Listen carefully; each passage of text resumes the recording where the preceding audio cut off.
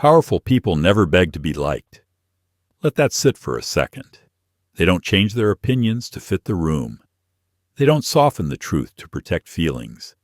They don't explain themselves to everyone who feels uncomfortable. And yet, people listen to them. Now look at how most people live. They chase approval. They adjust their tone, their ideas, even their personality depending on who's watching. They stay quiet when they should speak. They agree when they should disagree. They do emotional work for people who would forget them tomorrow. And they call this being a good person. But here's the truth. No one teaches you. The need to be liked is not kindness. It's fear. Fear of rejection. Fear of conflict. Fear of standing alone. That fear becomes a cage, a quiet one. No one forces it on you. You walk into it yourself. And once you're inside, every decision you make is shaped by one question. Will this upset someone? People who have real power don't live like this. They don't ask, how do I make them like me? They ask, how do I make myself necessary? Because liking is optional. Necessity is not. When people need you, you don't perform for acceptance. When you're hard to replace, you don't beg to belong. Your presence changes decisions. Your absence creates problems. And here's the uncomfortable part. A lot of what you thought was connection was really people reacting to your usefulness. The moment that usefulness fades, so does the warmth. This isn't pessimism, it's clarity. So if being nice, polite, and agreeable hasn't taken you where you expected, this is why. Stay with me. Because once you understand why powerful people never beg to be liked, you'll stop begging too, and start becoming necessary. Likability is a tax on competence. Most people don't like to admit this, but it's true. Your need to be liked is hurting your results. Every time you worry about how someone feels about you, you lose focus on what actually matters. Every minute you spend thinking, did that upset them? Or do they like me? Is a minute you're not thinking about decisions, direction, or outcomes. Over time, this habit quietly weakens you. When you make choices based on whether people will approve of you, your decisions stop being honest. They stop being clear. They stop being strong. Instead of asking, what is the right move? You start asking, what is the safest move? And safety rarely leads to progress. When you avoid disagreement just to keep peace, you teach people something important about you, that you can be pushed. You show them that your opinions can be changed with a little discomfort. You show them that you'd rather be liked than be right. And once people see that, they adjust their behavior toward you. This is not new knowledge. Thinkers like Machiavelli understood something basic about human nature. People don't respect those they can easily influence. If your behavior changes whenever approval is threatened, others don't need to argue with you. They don't need to prove you wrong. All they need to do is show disappointment, and you'll change yourself for them. You can see this clearly in offices, teams, families, and social groups. There's often one person who wants everyone to like them. In meetings, they already know what they will say before anyone speaks. They watch faces carefully. They listen not to understand, but to measure reactions. If the room seems uncomfortable, they soften their point. If someone powerful disagrees, they quickly adjust. They think they're being smart.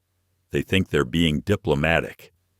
But what they're really doing is handing control to others. Now compare them to someone else in the same room. This second person isn't trying to be liked. They're trying to be accurate. They speak when they have something useful to add. When they disagree, they explain why calmly. They don't attack people, but they don't protect feelings either. Their focus is on reality, not reactions. At first, this person often isn't popular. People might say they're cold, too direct, hard to work with. They make others uncomfortable because they don't play the usual social game. But time passes. 6 months later, something interesting happens.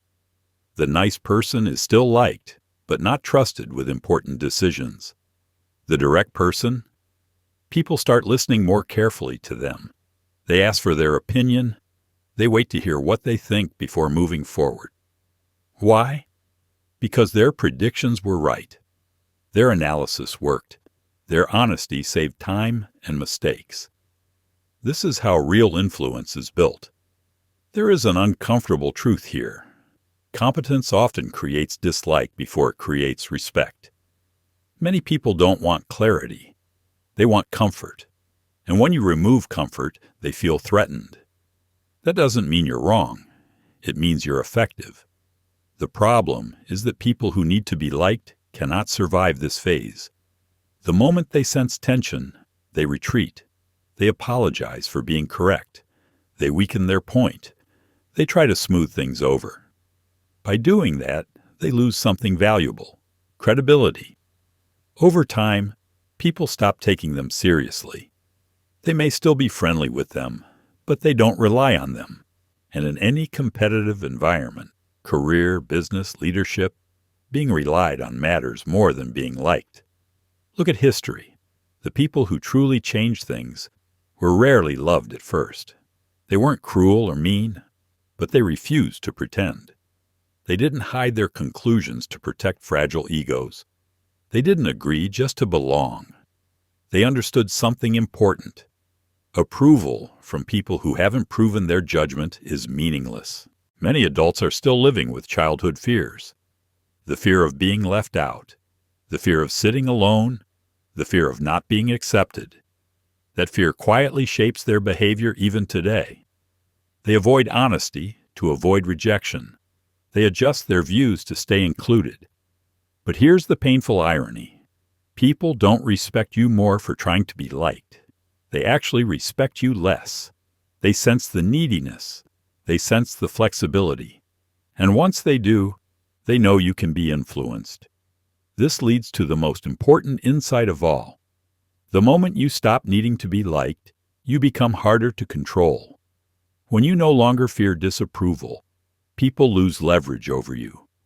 When you no longer explain yourself to everyone, your words carry more weight. When you choose truth over comfort, you gain something rare: independence of judgment.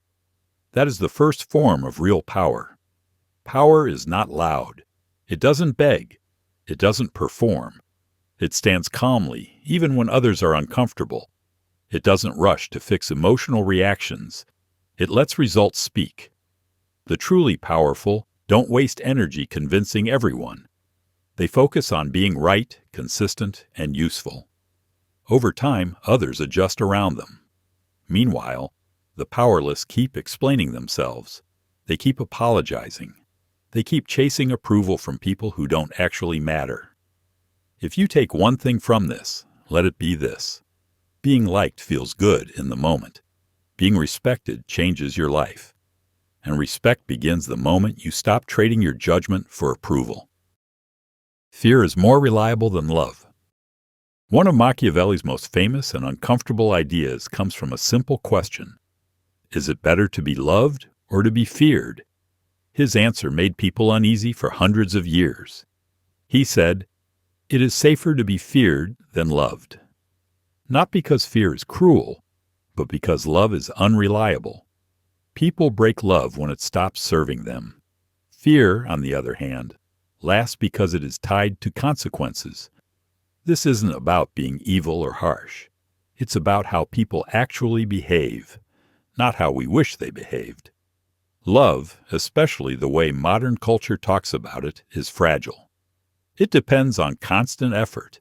You must keep making people feel good. You must keep meeting their emotional expectations. The moment you stop providing what they enjoy, love starts to weaken. When pressure appears, love is often the first thing to disappear. People love you as long as you fit the version of you that works for them. They build an idea of who you are in their head. That idea helps them feel safe, supported, or comfortable. But when you make a decision that helps you and makes them uncomfortable, something changes. Suddenly, you are no longer loving. You are selfish. You are cold. You are different. Nothing about you actually changed, except that you stopped playing the role they wanted. This is why love can quickly turn into anger, not because you did something wrong, but because you stopped being predictable. And predictability is what many people really want, not mutual respect. Fear works in a very different way. Fear does not require you to make people comfortable. Fear does not need emotional bonding. Fear does not depend on personal liking. Fear is built on one thing: consequences. When people know that certain actions will lead to real costs, their behavior becomes consistent. They don't need to like you. They don't need to understand you. They only need to understand what will happen if they cross a line. This makes fear far more stable than love. You can see this clearly in workplaces. Think about a manager who wants everyone to like them. They want to be friendly. They want to be seen as one of the team. They avoid conflict. They avoid tough conversations. They hesitate to punish poor performance because they don't want to hurt feelings. At first, this manager feels great. People smile. Meetings feel relaxed. Everyone seems happy. But slowly, problems start to appear. Deadlines are missed. Rules are bent. Some people work less because they know nothing will happen. Others become frustrated because effort and laziness are treated the same. Why does this happen? Because the manager cannot enforce consequences. Their need to be liked stops them from acting. And the team senses this, not consciously, not maliciously, but instinctively. People naturally push limits when limits are weak. This isn't evil behavior, it's human behavior. Now look at a different kind of leader. This leader is not cruel. They don't shout. They don't insult. But they are very clear. They explain expectations clearly. They explain rewards clearly. And they explain consequences clearly. When someone crosses a line, the consequence happens. Not emotionally, not personally, just cleanly. No drama, no speeches, no guilt. At first, people don't like this leader. They feel uncomfortable. They prefer the nice manager. They say this leader is strict or cold. But months later, something interesting happens. The first team is messy. People are confused. Politics increase. Trust breaks down. The best performers feel cheated. The second team works better. People know where they stand. They know what is expected. They know what happens if they fail, and also what happens if they succeed. And something surprising happens. People often become more loyal to the strict leader, not because they love them, but because clarity feels safe. When rules are clear, people can make smart decisions. When consequences are predictable, people don't feel anxious. They don't need to guess moods. They don't need to manage emotions. They just need to do the work. This is why fear, when used correctly, creates order. History shows this again and again. Strong rulers didn't rely on being loved. They relied on being taken seriously. Their power came from consistency. People knew what would happen if they challenged authority, and because that outcome was certain, challenges became rare. This created stability, not chaos. Now compare that to leaders who needed affection. They wanted approval. They wanted admiration. They wanted to be loved. They hesitated. They delayed decisions. They avoided conflict.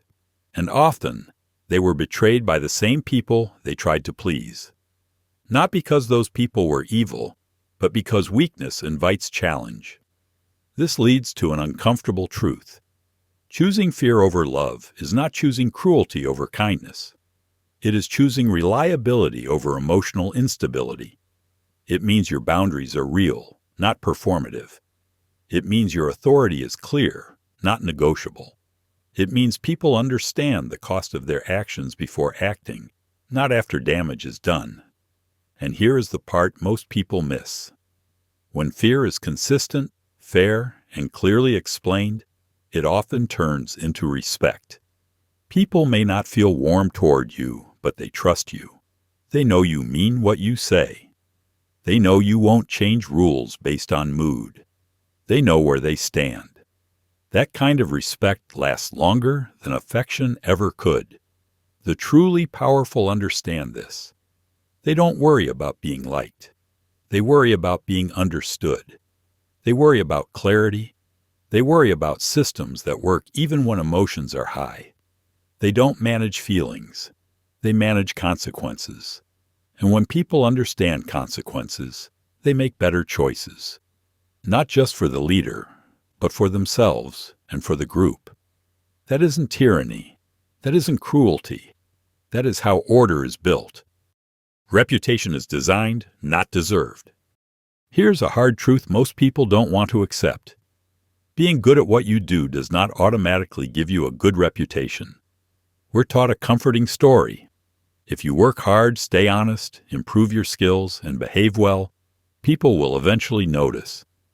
Your reputation, we're told, will naturally match your effort and ability. That story feels fair. It also happens to be false. Your reputation is not a reflection of who you really are. It's a story that exists in other people's minds.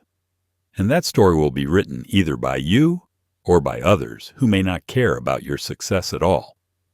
The moment you decide that your reputation should grow on its own, you give up control.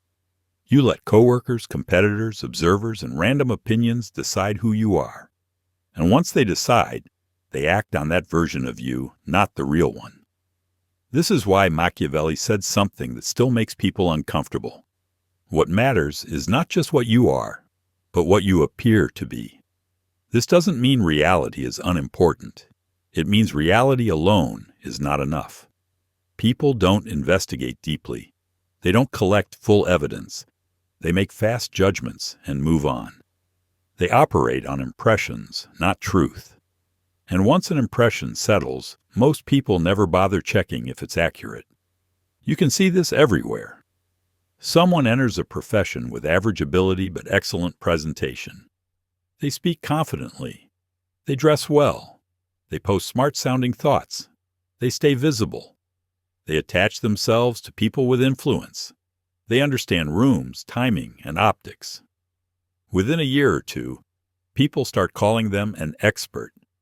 Not because they've done exceptional work, but because they've created a strong story about themselves. At the same time, there's another person. This one is genuinely skilled. They focus on improving. They keep their head down. They believe results will speak for themselves. They avoid self-promotion because it feels fake or arrogant. Years pass. They're still waiting. They're confused. They don't understand why less capable people are moving ahead of them. They keep believing that quality work creates its own momentum. And they're not completely wrong. Good work does create momentum, but only in a very small circle. It rarely travels far on its own. Without visibility, it stays hidden. It doesn't scale. It doesn't turn into influence, opportunity, or power. This leads to a difficult but important reality. People's perception of you decides what opportunities you get, and those opportunities decide your outcomes. It's not fair, but it's real. The version of you that exists in other people's minds matters more than the version you hold inside yourself. Their version decides whether you're invited into important conversations, whether you're trusted with responsibility, whether your opinion carries weight. Ignoring this doesn't make you authentic. It makes you careless. Because while you refuse to manage your reputation, others are already doing it for you. They may see you as quiet, weak, irrelevant, difficult, or replaceable. And once those ideas settle, they become very hard to change. Fixing a bad reputation takes far more effort than shaping a good one early.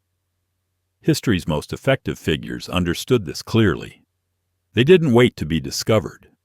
They didn't hope recognition would arrive on its own. They designed how they were seen. They understood that every interaction sends a signal. Every appearance communicates something. Even choosing not to be visible sends a message. They treated reputation like property, something that needs protection, improvement, and sometimes removal of damage. Now think about two paths you could take in life or career. Path 1. You focus only on excellence. You avoid attention. You believe quality will eventually be noticed. You wait. Path 2. You do solid work, not perfect but strong. At the same time, you actively manage how people see you. You share your work. You position yourself carefully. You make sure the right people know what you're capable of. Path 1 feels noble, clean, honest. Path 2 feels uncomfortable, almost manipulative. But fast forward 10 years. The person on Path 2 now has influence. They make decisions. They control resources. They choose who gets opportunities. They're not necessarily better, but they're better positioned. And here's the painful part. They tend to promote people like themselves. People who understand visibility. People who know how to present value. Meanwhile, the person on Path 1, still skilled, still waiting, now has to impress someone less competent, but more powerful. This isn't about encouraging dishonesty or fake confidence. It's about recognizing that competence without visibility doesn't change systems. If your work never leaves your immediate environment, it's just a personal achievement. Valuable to you, but powerless in the larger world. That's why this principle matters. Skill without reputation is just an expensive hobby. If you want your work to matter beyond your desk, your team, or your small circle, you must take control of the story around it. That means investing time and energy into how you are perceived, even when it feels uncomfortable. People will believe the version of you that fits their existing beliefs unless you make a clearer, stronger version impossible to ignore. And that doesn't happen by staying silent. It happens by showing up, speaking up, and claiming space. The powerful understand this. They don't wait for reputation. They build it on purpose. They protect it. They use it strategically. They don't feel guilty about it either, because they understand something crucial. In a world where attention is limited, managing attention is managing reality. That's not manipulation. That's awareness. And once you see this clearly, you stop waiting and start deciding. Generosity is a tool, not a virtue. Machiavelli gave a warning that sounds strange at first. Being too generous can actually make people hate you. He explained it like this. If a ruler wants to be known as generous, he has to keep giving and giving. Over time, his money runs out. To keep funding that generosity, he raises taxes. The people suffer. And soon, the same generosity that once made him popular makes him deeply disliked. Meanwhile, a ruler who spends carefully, who gives only when it serves a clear purpose, keeps resources, avoids heavy taxes, and avoids resentment. This idea isn't about kings anymore. It applies directly to modern life. Your generosity, the automatic kind, is quietly weakening you. Not because generosity is bad, but because generosity without limits destroys value. Most people help without thinking. Someone asks and they say yes. Immediately, fully. No conditions, no boundaries. They do it because they were taught that good people help, that saying no is selfish, and that generosity is always morally right. At first, this feels good. The other person is thankful. You feel useful. You feel kind. But then something predictable happens. They come back, and then again. Because you've taught them something important. You are a free resource. There is no cost to asking you, no consequence, no expectation of return. So they keep asking. Each time, the gratitude becomes smaller. Not because they're bad people, but because what was once a favor has now become normal. And once something is normal, it's no longer appreciated. This is the key problem. When generosity becomes predictable, it turns into entitlement. You stop being seen as generous. You start being seen as available. And availability is not valued. It's expected. Over time, you get tired. You run out of energy. You realize you're being used, or you simply can't keep giving. So one day, you finally say no. And here's the cruel part. They're not thankful for all the times you said yes. They're angry about the one time you said no. Why? Because you trained them to expect access. You made your help feel unconditional. And once people feel entitled, losing that access feels like betrayal, even if you've already given far more than was fair. Now look at someone who handles generosity differently. When they're asked for help, they don't immediately agree. But they don't immediately refuse either. They pause. They think. They ask themselves, does helping here create a useful relationship? Does it build goodwill with someone who matters? Does it show my capability in a visible way? Is there something being exchanged? Support, loyalty, access, or future help? If the answer is yes, they help. If not, they politely decline. And when they do help, they make the cost visible, not in a rude way, not by complaining, but by making it clear that this was a choice, not an obligation. What happens? Their help stands out. Because it's not automatic. People remember it. They value it. They feel real gratitude instead of entitlement. And they understand that access to this person is not guaranteed. It must be earned and maintained. This is what Machiavelli really meant. Not that powerful people are stingy, but that generosity loses power when it's overused. Think of generosity like money. If everyone prints it endlessly, it becomes worthless. The same happens when you help everyone, all the time. Your help stops meaning anything. Selective generosity, on the other hand, carries weight. You can see this clearly in the workplace. There's often one person who always says yes. They fix everyone's problems. They stay late. They cover mistakes. They become the go-to person. They are extremely useful. But here's the problem. Useful is not the same as powerful. This person becomes part of the system. They're relied on, but not respected as a leader. They're needed, but not promoted. The organization doesn't want them to move up, because then who will do all the support work? They've made themselves irreplaceable in the worst way. Now compare them to someone else. This person helps, but carefully. They don't rescue everyone.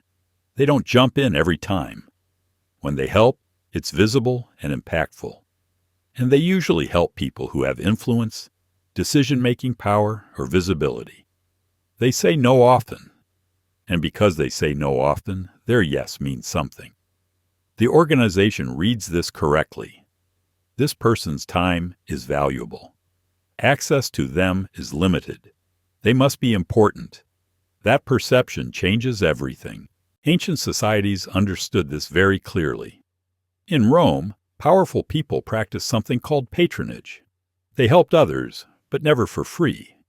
Help came with expectations, loyalty, support, public acknowledgement. It wasn't hidden. Everyone understood the exchange. This made generosity powerful. It created obligation, not just temporary thankfulness. And obligation is far stronger than gratitude. Gratitude fades. Obligation lasts. Modern culture dislikes this idea. It feels uncomfortable, too transactional. We prefer to believe that real generosity asks for nothing in return. But here's the truth that belief ignores. If giving has no cost, taking has no reason to stop. When you give without boundaries, you're not being morally superior. You're being strategically careless. The world is full of people who will take everything you offer, not because they're evil, but because you've shown them that there's no downside to taking. Powerful people understand this instinctively. When they give, they treat it like an investment. They notice who reciprocates. They notice who doesn't. And when someone fails to return value, they don't get angry. They simply stop investing. Access decreases. And because access to powerful people is valuable, others quickly learn. Reciprocation matters. This leads to the core realization. Your unconditional generosity is not making you loved. It's making you tired and unseen. The person you've helped 20 times doesn't see you as generous anymore. They see you as available, and availability does not create respect. Scarcity creates value. Selectivity creates importance. Strategic generosity creates leverage. And leverage is the difference between being liked and being necessary. You don't need to stop being generous. You need to stop being careless with it. The powerful accept hatred as information. Here is the final truth that separates people who gain real power from people who only dream about it. Powerful people do not try to avoid being hated. They understand that being hated by certain people is often proof that they are doing something right. This does not mean all hatred matters. Most hatred is meaningless noise. It comes from people who are frustrated, insecure, or angry about their own lives. That kind of hatred can be ignored. But some hatred is important. Some hatred is useful information. It tells you who feels threatened. It tells you whose comfort you disturbed. It tells you where power is shifting. Machiavelli was very clear about this. Anyone who makes real decisions will be hated by someone. There is no way around it. If you try to please everyone, you will end up doing nothing important. So the real question is not, how do I avoid being hated? The real question is, who hates me and why? That answer tells you more about your position than praise ever will. Look at how this plays out in real life. You join an organization that has been stuck for years. Systems are slow. Rules are unclear. Work is inefficient. People hide behind procedures instead of producing results. You start fixing things. You simplify processes. You introduce accountability. You make expectations clear.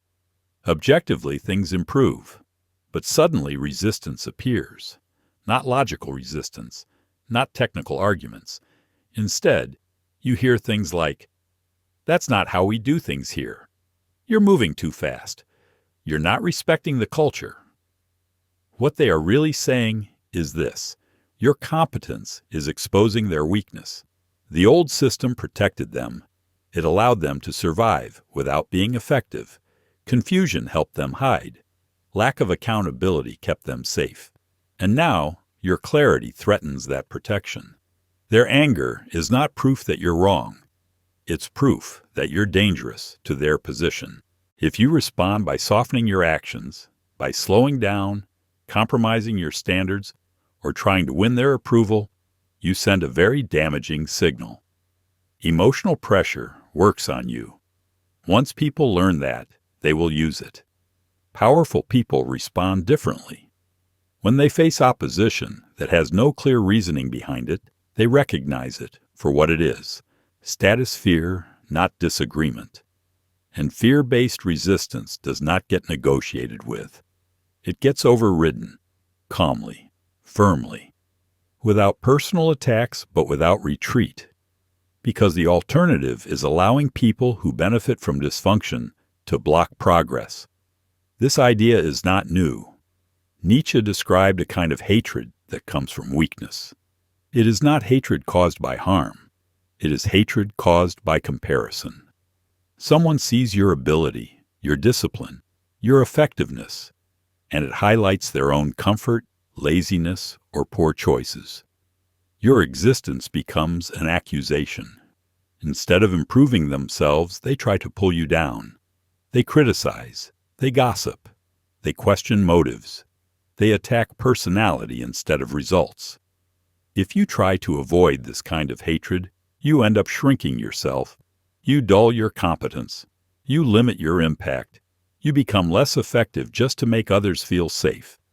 That is not kindness. That is surrender. History shows this clearly. The Roman Senate hated Julius Caesar, not because he was cruel. He was known for mercy. Not because he was incompetent. He was one of the most capable leaders Rome ever produced. They hated him because his effectiveness made their corruption obvious. His decisiveness exposed their indecision. His vision exposed their self-interest. His results exposed their irrelevance. Their hatred was not proof of his failure. It was proof of his legitimacy. If corrupt people had loved him, that would have been suspicious. Now bring this down to your own life. If no one dislikes you, you are probably not doing anything that matters. Real action creates friction. Change creates losers. Improvement threatens people who were surviving under the old system. So the goal is not to eliminate enemies. You can't do that without eliminating effectiveness itself. The real question is, are these the right enemies? If people who are lazy, dishonest, incompetent, or invested in broken systems dislike you, that is confirmation. You are pushing in the right direction. If people you genuinely respect, people with strong values and proven competence, criticize you, that is worth examining carefully. The powerful understand this difference. When someone opposes them, they don't immediately ask, "What did I do wrong?" They ask, "What interest did I threaten?" If the answer is, "An interest that should be threatened," they continue, opposition becomes confirmation, not a warning sign. This requires a rare skill, separating your self-worth from approval. Most people can't do this. They need everyone to like them to feel valid. They seek consensus even from people they don't respect. This makes them easy to control. Anyone can pressure them simply by withdrawing approval. Powerful people solve this problem early. They decide whose opinions matter. A small group. People with real competence, real integrity, real influence. They listen to those people carefully. Everyone else's opinion is just data, not about their value, but about where interests are located. You are not meant to be universally liked. That is not the goal. The goal is to be necessary to the right people and threatening to the right people. For every person who sees you as essential, there will be someone who sees you as an obstacle. That is not a flaw in the system. That is how real power works. Real relevance creates discomfort. Real change displaces people. Real progress redistributes control. The people who lose that control will hate you. Let them. Their hatred means something important is happening. Most people can't tolerate this. They retreat. They apologize. They compromise. They soften their impact to regain comfort. And in doing so, they remove themselves from the game that actually changes outcomes. The powerful make a different choice. They don't chase hatred, but they don't run from it either. They accept it as the cost of effectiveness. They keep going, calmly, relentlessly, knowing that being right in the long run matters more than being liked in the moment. Because in the end, being liked fades quickly. But being correct changes history. And history has never been written by people who tried to offend no one. You wanted clarity. Here it is. Stop performing for approval. Start acting for necessity. The world does not reward virtue or good intentions. It rewards people who are hard to replace. And no one in history became indispensable by trying to be liked by everyone. Power comes from usefulness, not popularity. From impact, not comfort. From results, not validation. The powerful understand this. They don't chase approval. They build value so real that ignoring it becomes impossible. Now you know this too. The only question left is simple. Will you keep seeking approval, or will you make yourself necessary?